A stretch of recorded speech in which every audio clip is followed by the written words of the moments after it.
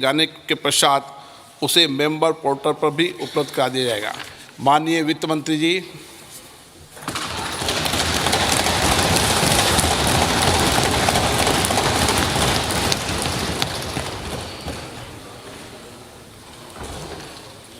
Honorable Speaker, I present the interim budget for 24-25.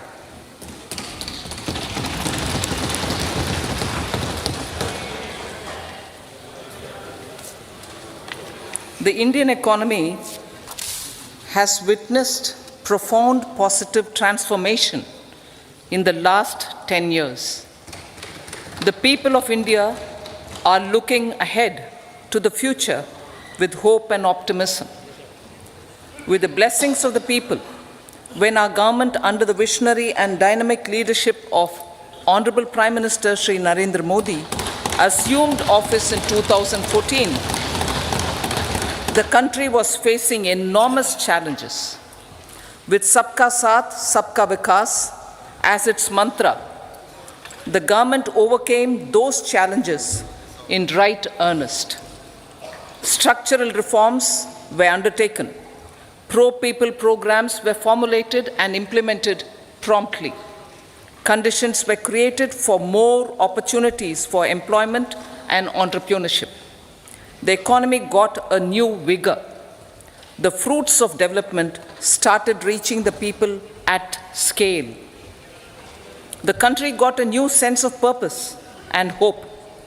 Naturally, the people blessed the government with a bigger mandate.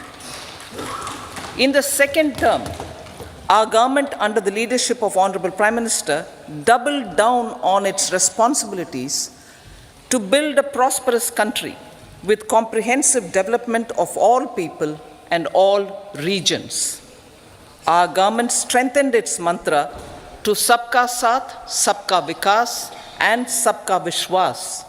Our development philosophy covered all elements of inclusivity, namely social inclusivity through coverage of all strata of the society, and geographical inclusivity through development of all regions of the country.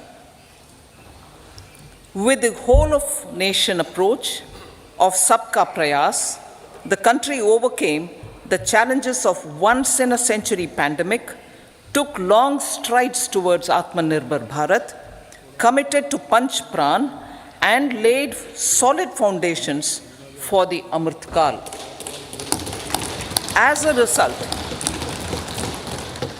result, our young country has high aspirations, pride in its present, and hope and confidence for a bright future. We expect that our government, based on its stupendous work, will be blessed again by the people with a resounding mandate. Inclusive development and growth. Our humane and inclusive approach to development is a marked and deliberate departure from the earlier approach of provisioning up to village level. Development programs were thus provisioned.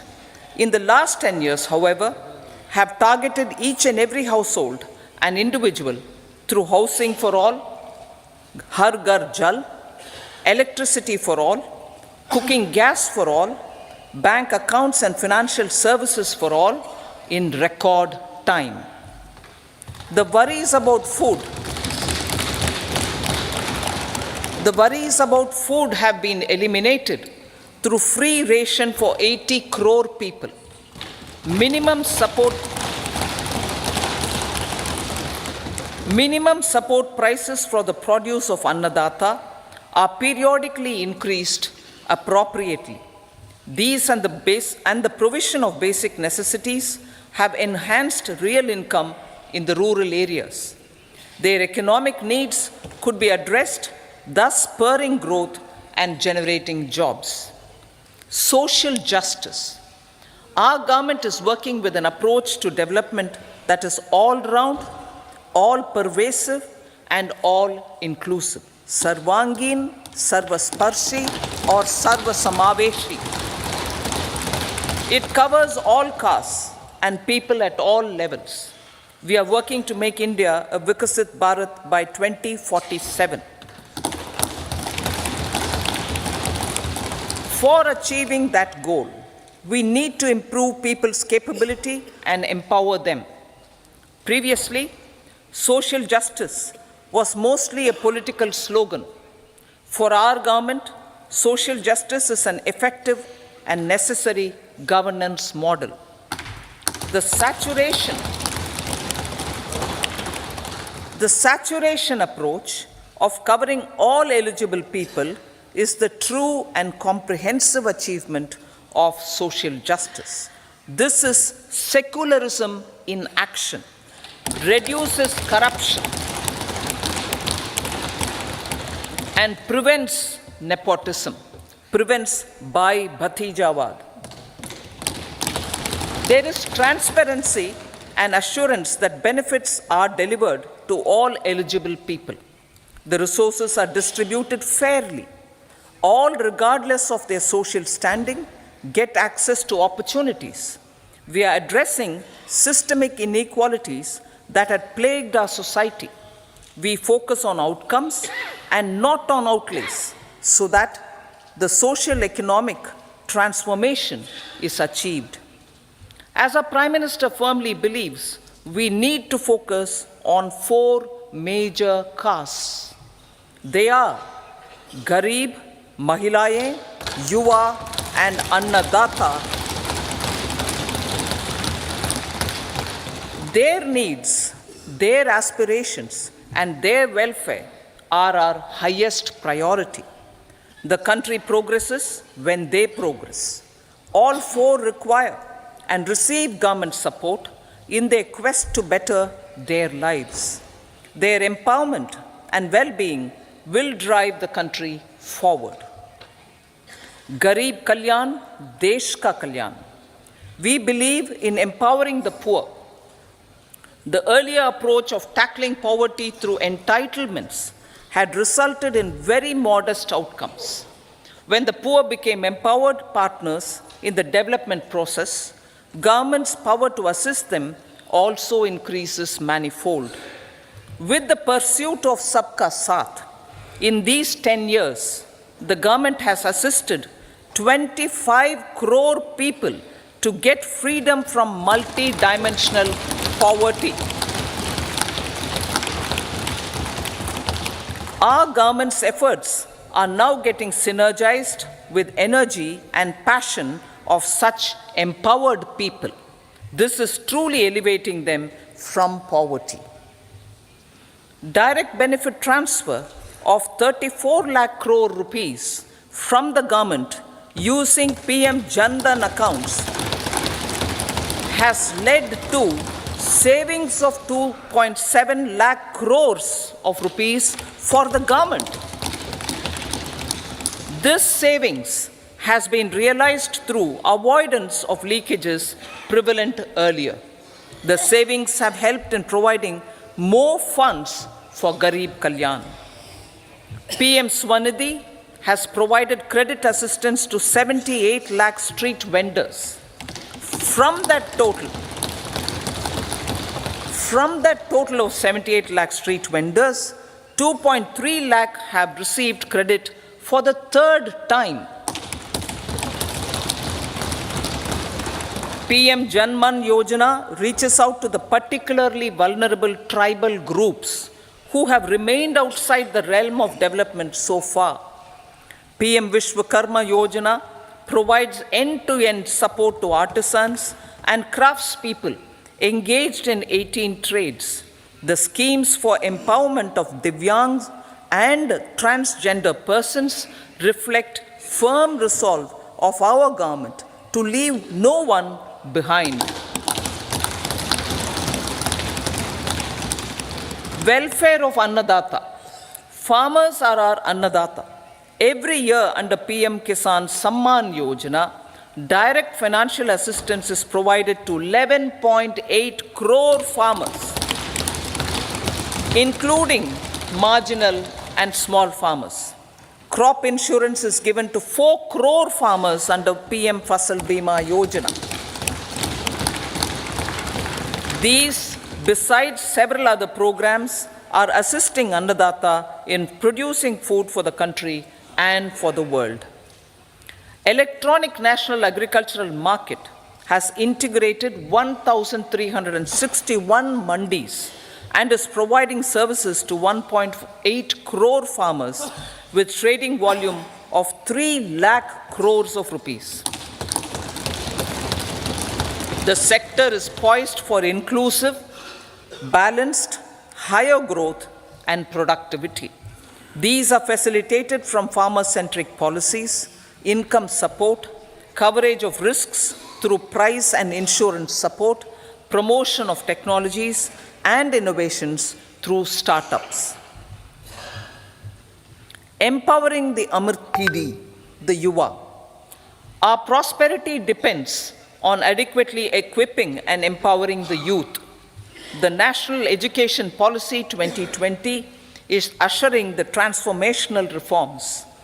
PM Schools for Rising India, PM Shri, are delivering quality teaching and nurturing holistic and well-rounded individuals. The Skill India mission has trained 1.4 crore youth,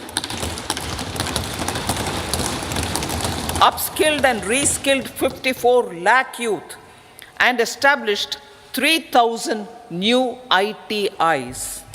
A large number of institutions of higher learning, namely 7 IITs, 16 triple ITs, 7 IIMs, 15 AIMS, and 390 universities have been set up.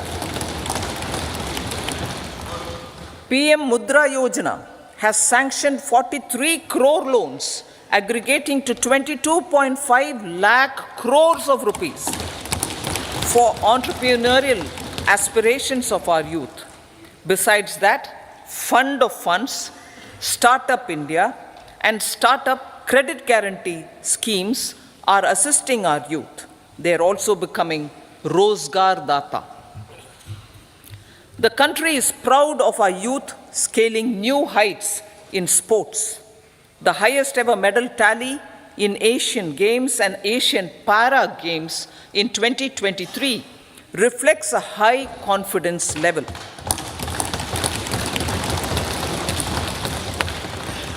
Chess prodigy and our #1 ranked player Pragyananda put up a stiff fight against the reigning world champion Magnus Carlsen in 2023. Today, India has over 80 chess grandmasters compared to little over 20 in 2010. Momentum for Nari Shakti. The empowerment of women through entrepreneurship, ease of living, and dignity for them has gained momentum in these 10 years. 30 crore Mudra Yojana loans have been given to women entrepreneurs. Female enrollment in higher education has gone up by 28% in 10 years. In STEM courses, girls and women constitute 43% of enrollment, one of the highest in the world. All these measures are getting reflected in the increasing participation of women in workforce. Making triple talaq illegal, reservation of 1/3 seats for women in the Lok Sabha and state assemblies, and giving over 70% houses under PM Awas Yojana in rural areas to women, and giving over 70% houses under PM Awas Yojana in rural areas to women as sole or joint owners have enhanced their dignity. Exemplary track record of governance, development, and performance. Besides delivering on high growth in terms of gross domestic product, the government is equally focused on a more comprehensive GDP, that is, governance, development, and performance. Our government has provided transparent, accountable, people-centric, and prompt, trust-based administration with citizen-first and minimum government, maximum governance approach. The impact of all-round development is discernible in all sectors. There is macroeconomic stability, including in the external sector. Investments are robust. The economy is doing well. People are living better and earning better with even greater aspirations for future. Average real income of the people has increased by 50%. Inflation is moderate. People are getting empowered, equipped, and enabled to pursue their aspirations. There is effective and timely delivery of programs and of large projects. Economic management. The multi-pronged economic management over the past 10 years has complemented people-centric, inclusive development. Following are some of the major elements. 1. All forms of infrastructure, physical, digital, or social, are being built in record time.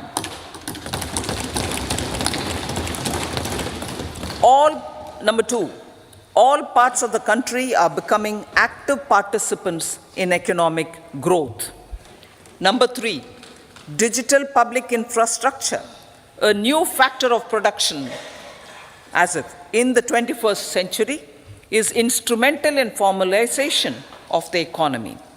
Number 4, goods and services tax has enabled one nation, one market, one tax. Tax reforms have led to deepening and widening of tax base. Number 5, strengthening of the financial sector has helped in making savings, credit, and investments more efficient. Number 6, GIFT, IFSC, and the Unified Regulatory Authority, IFSCA, are creating a robust gateway for global capital and financial services for the economy. Number 7, proactive inflation management has helped keep inflation within the policy band. Now, the global context, Honorable Speaker, sir.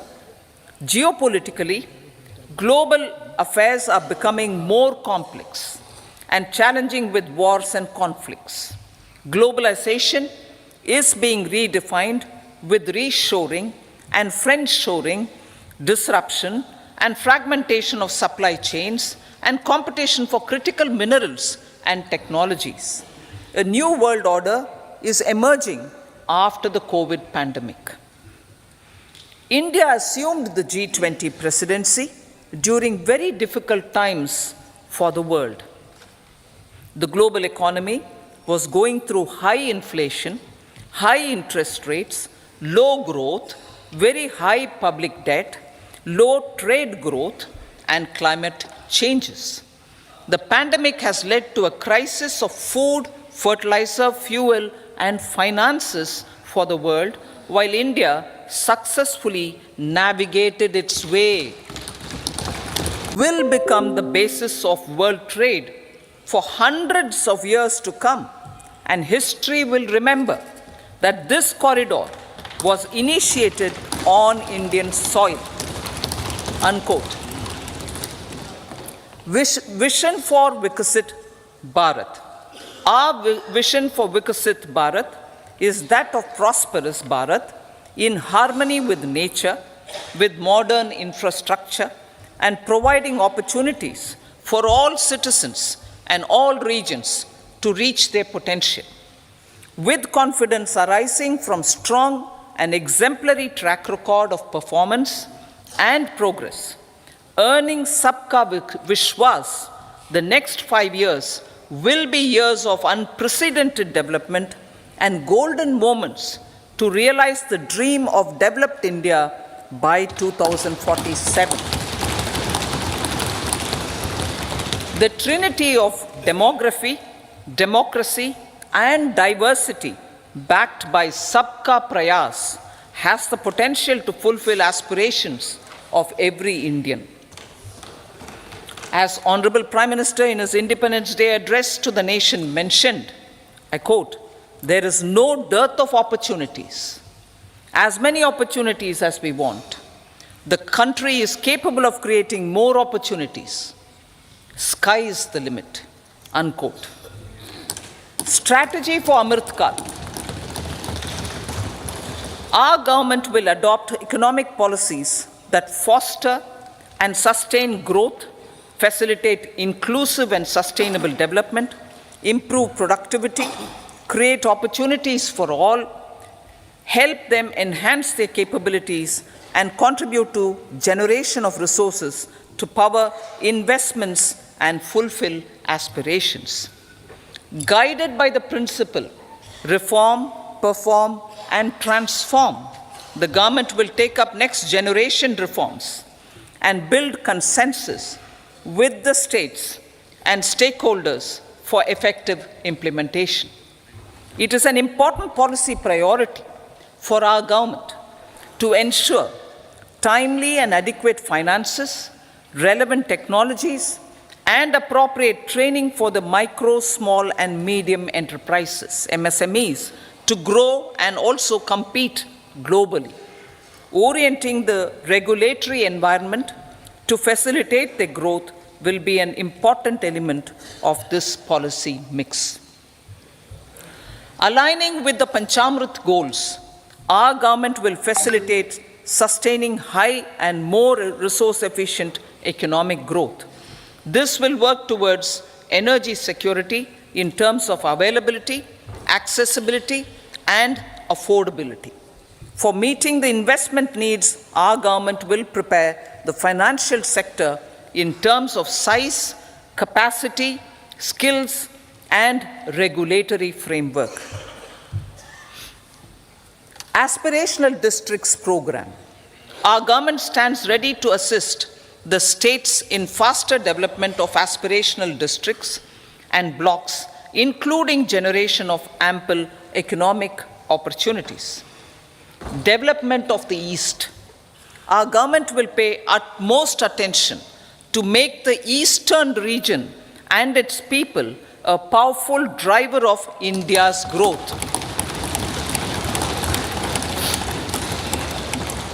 PM Awas Yojana Gramin.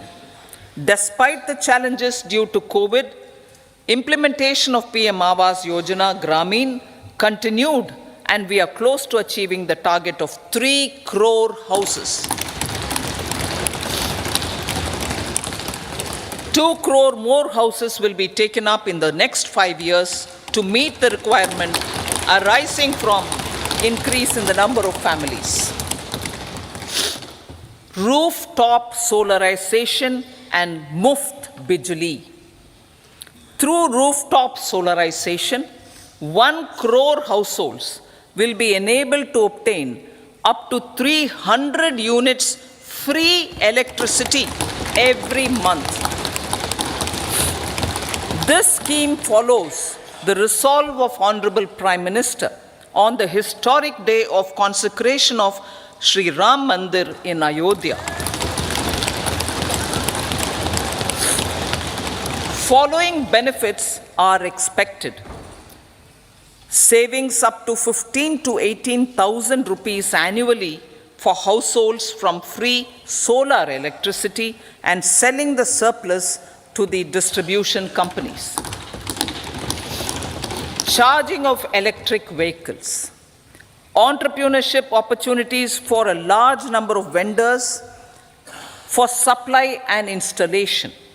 Employment opportunities for the youth with technical skills in manufacturing, installation, and maintenance. Housing for middle class.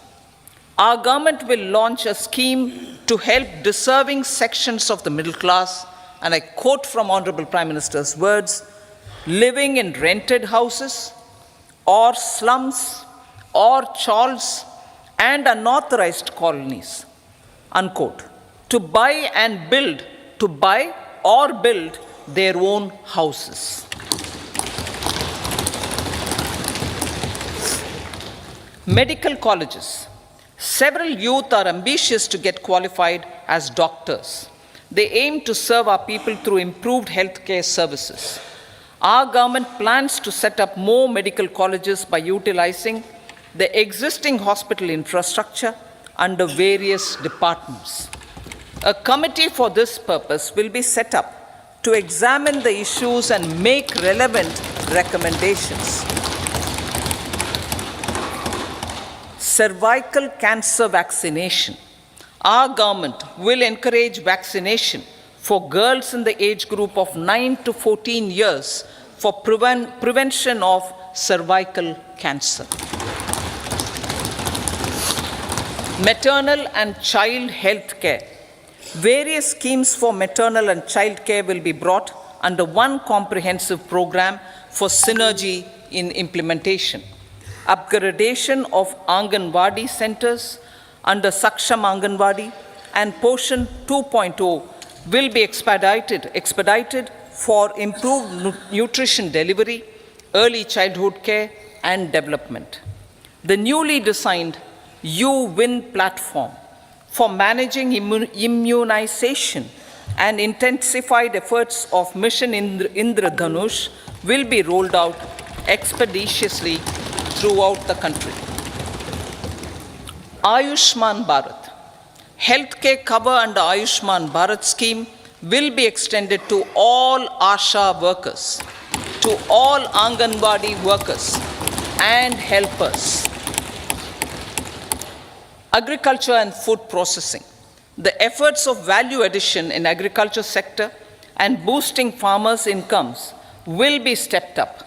Pradhan Mantri Kisan Sampada Yojana has benefited 38 lakh farmers and generated 10 lakh employment. Pradhan Mantri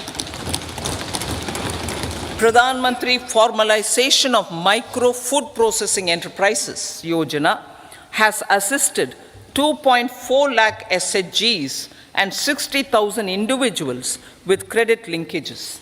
Other schemes are complementing the efforts for reducing post-harvest losses and improving productivity and incomes. For ensuring faster growth of the sector, our government will further promote private and public investment in post-harvest activities, including aggregation, modern storage, efficient supply chains, primary and secondary processing and marketing and branding. Nano DAP. After the successful adoption of nano urea, application of nano DAP on various crops will be expanded in all agroclimatic zones. Atmanirbhar Oil Seeds Abhiyan. Building on the initiative announced in 2022, a strategy will be formulated to achieve Atmanirbharta for oil seeds such as mustard, groundnut, sesame, soya bean, and sunflower. This will cover research for high-yielding varieties, widespread adoption of modern farming techniques, market linkages, procurement, value addition, and crop insurance. Dairy development. A comprehensive program for supporting dairy farmers will be formulated. Efforts are already on to control foot and mouth disease. India is the world's largest milk producer with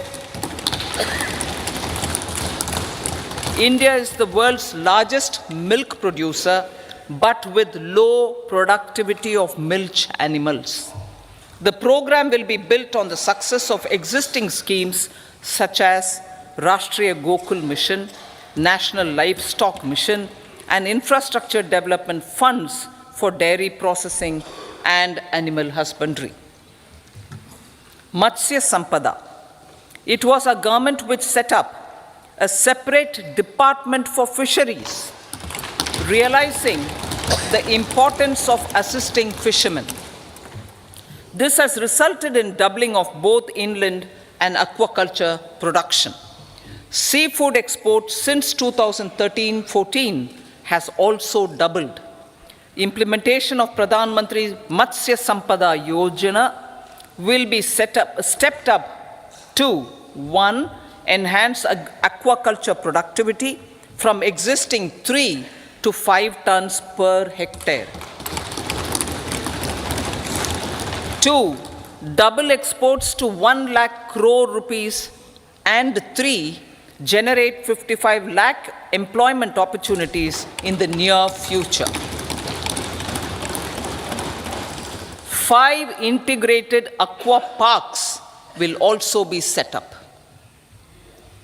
Lakpati Didi.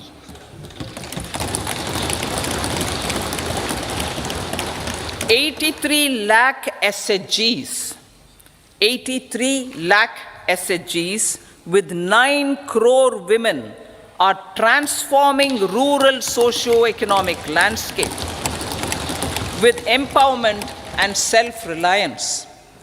Honorable Speaker, sir, their success has assisted nearly 1 crore women to become Lakpati Didi already. They are an inspiration to others. Their achievements will be recognized through honoring them. Buoyed by the success, it has been decided to enhance the target for Lakpati Didi from 2 crores to 3 crores.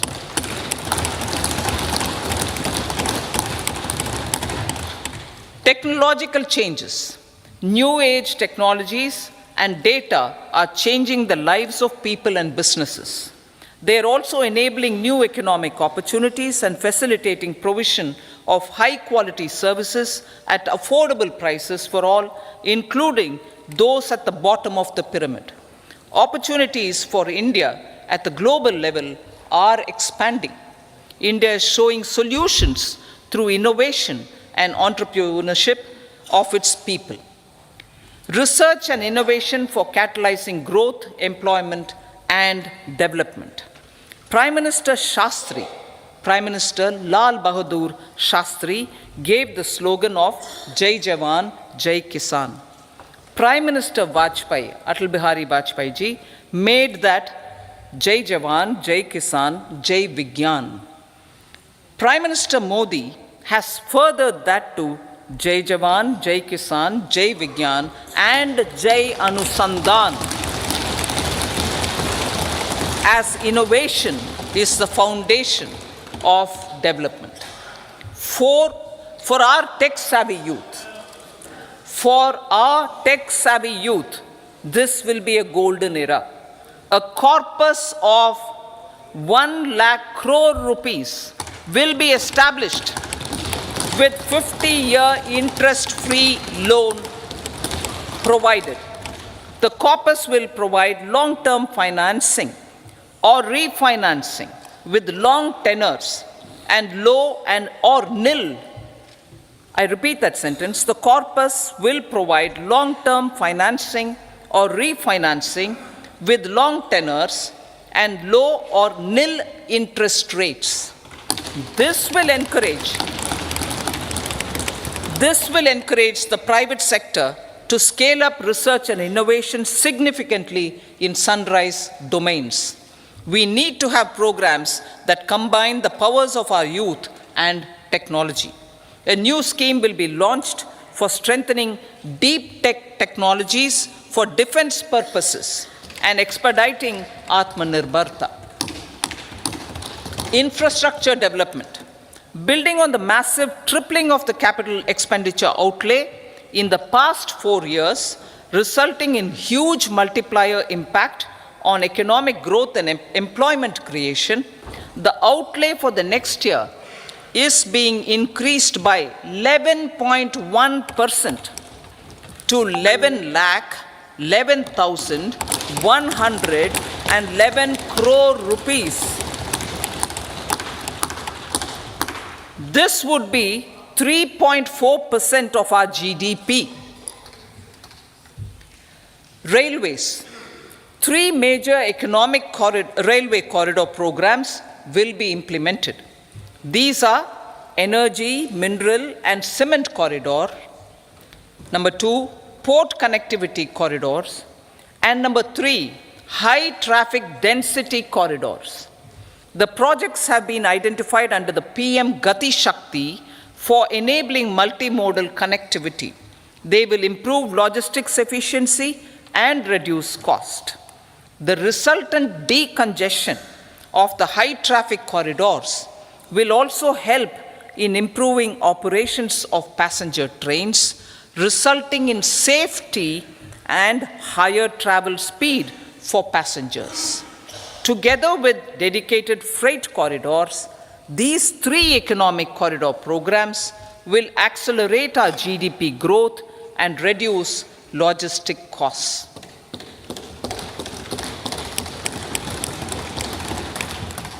"40,000 normal rail bogies will be converted to Vande Bharat standards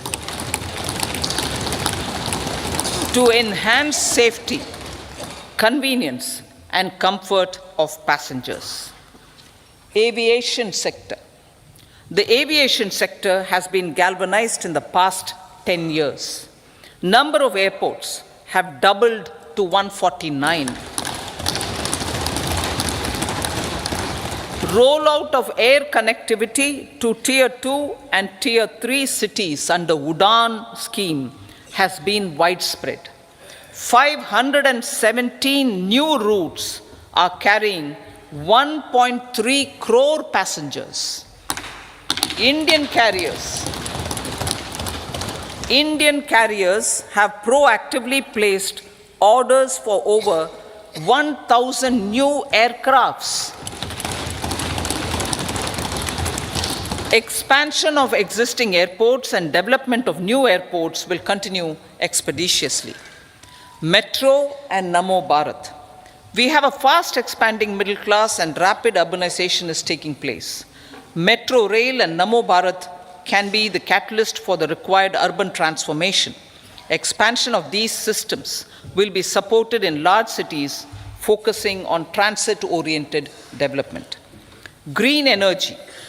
Towards meeting our commitment for net zero by 2070, the following measures will be taken. Viability gap funding will be provided for harnessing offshore wind energy potential for initial capacity of 1 gigawatt. Coal gasification and liquefaction capacity of 100 metric tons will be set up by 2030. This will also help in reducing imports of natural gas, methanol, and ammonia. Phased mandatory blending of compressed biogas in compressed natural gas for transport and piped natural gas for domestic purposes will be mandated. Financial assistance will be provided for procurement of biomass aggregation machinery to support collection. Electric vehicle ecosystem. Our government will expand this and strengthen the e-vehicle ecosystem by supporting manufacturing and charging infrastructure. Greater adoption of e-buses for public transport networks will be encouraged through payment security mechanism. Biomanufacturing and biofoundry. For promoting green growth, a new scheme of biomanufacturing and biofoundry will be launched. This will provide environment-friendly alternatives such as biodegradable polymers, bioplastics, biopharmaceuticals, and bioagri inputs. This scheme will also help in transforming today's consumptive manufacturing paradigm to the one based on regenerative principles. Blue Economy 2.0. For promoting climate resilient activities for Blue Economy 2.0, a scheme for restoration and adaptation measures and coastal aquaculture and mariculture with integrated and multi-sectoral approach will be launched. Comprehensive development of tourist centers. The success of organizing G20 meetings in 60 places presented diversity of India to global audience. Our economic strength has made the country an attractive destination for business and conference tourism. Our middle class also now aspires to travel and explore. Tourism, including spiritual tourism, has tremendous opportunities for local entrepreneurship. States will be encouraged to take up comprehensive development of iconic tourist centers, branding and marketing them at global scale. A framework for rating of the centers based on quality of facilities and services will be established. Long-term interest-free loans will be provided to states for financing such development on matching basis.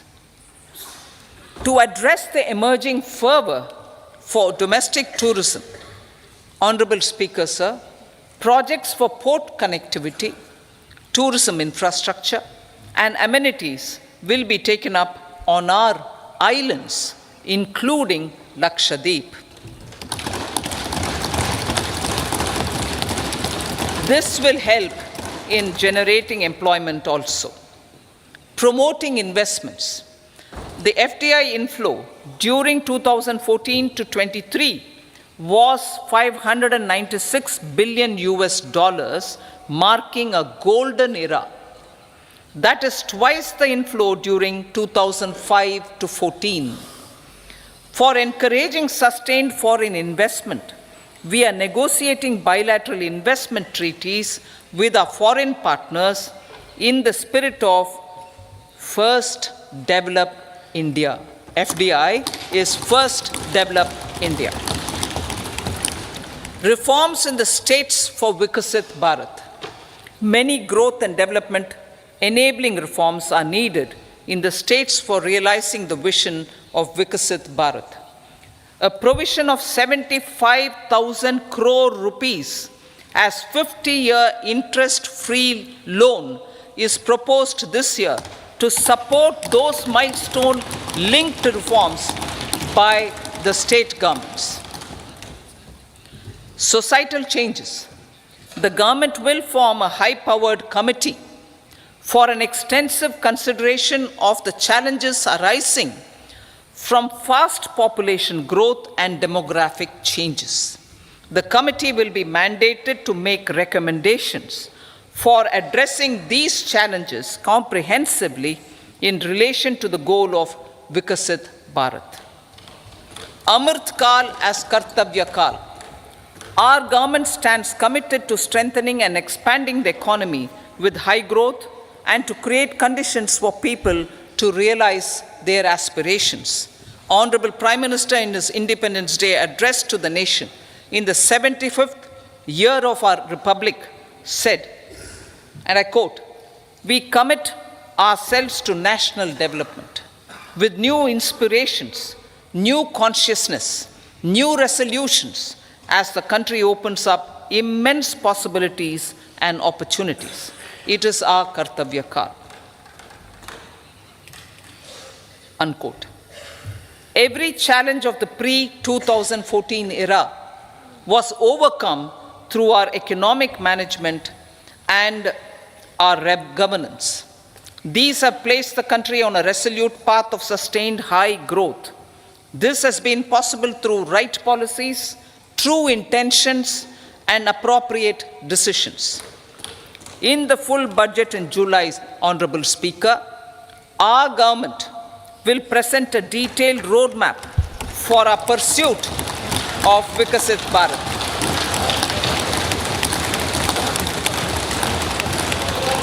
Revised estimates of 2023-24. The revised estimate of the total receipts other than borrowings is 27.56 lakh crores of rupees, of which the tax receipts are 23.24 lakh crore rupees. The revised estimate of total expenditure is 44.90 lakh crore rupees. The revenue receipts at 30.03 lakh crore rupees are expected to be higher than the budget estimate, reflecting strong growth momentum and formalization in the economy. The revised estimate of the fiscal deficit is 5.8% of GDP, improving on the budget estimate, notwithstanding moderation in the nominal growth estimates. Budget estimates for 2024-25. Coming to the year 2024-25, the total receipts other than borrowings and total expenditure are estimated at 30.80 and 47.66 lakh crore rupees respectively. The tax receipts are estimated at 26.02 lakh crore rupees. The scheme of 50-year interest-free loan for capital expenditure to states will be continued this year with an outlay of 1.3 lakh crore rupees. We continue on the path of fiscal consolidation, as announced in my budget speech of 2021-22, to reduce fiscal deficit below 4.5% by 25-26. The fiscal deficit in 2024-25 is estimated to be 5.1% of GDP, adhering to that path. So the gross and net market borrowings through dated securities during 24-25 are estimated at 14.13 lakh crore rupees and 11.75 lakh crore respectively. Both will be less than that in 23-24. Now that the private investments are happening at scale, the lower borrowings by the central government will facilitate larger availability of credit for the private sector. Vote on account. I'll be seeking vote on account approval of the Parliament through the appropriation bill for a part of the financial year 2024-25. I will now move to part B. Honorable Speaker, sir, over the last 10 years, the direct tax collections have more than trebled and the return filers swelled 2.4 times. I would like to assure the taxpayers that their contributions have been used wisely for the development of the country and welfare of its people. I appreciate the taxpayers for their continued support.